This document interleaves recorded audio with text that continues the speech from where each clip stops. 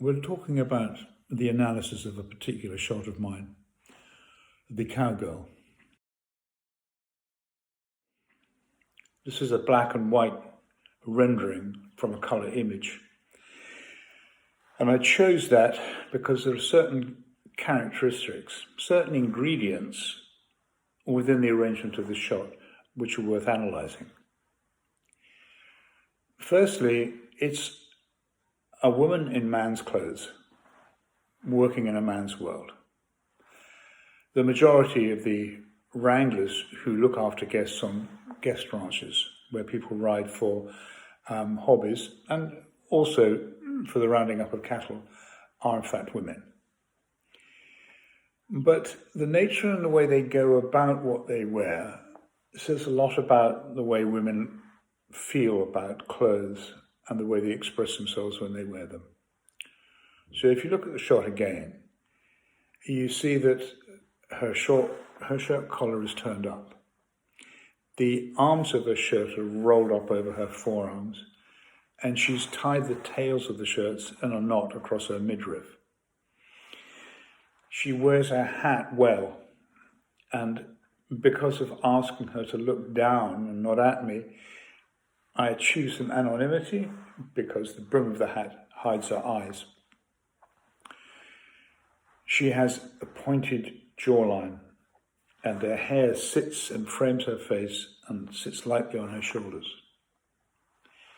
When you look further down, the leather chaps and the belt are actually encircling her hips, which are narrow for her build. And the heavy-duty gloves, which she is showing great dexterity with as she coils this rope, created all these elements. What I asked her to do while she was practicing this was just to shift her weight from standing with 2 feet and her body straight in line with me to moving her weight to one leg. As you do that, the body tilts, and as a result of that tilt, one of the shoulders drops down, and to compensate for that, your head goes the other way. And it's that zigzag that creates the tension and the effectiveness of this shot.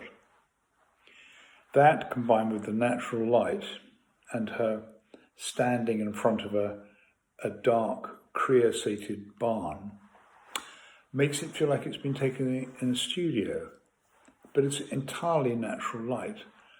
But the nature of the way the light wraps around her chaps, backlights her hair and the collars of her shirt and the rim of the hat, and the way that extraneous light is reflected off the sandy soil she was standing on, lightens the shadows and acts like a massive reflector board.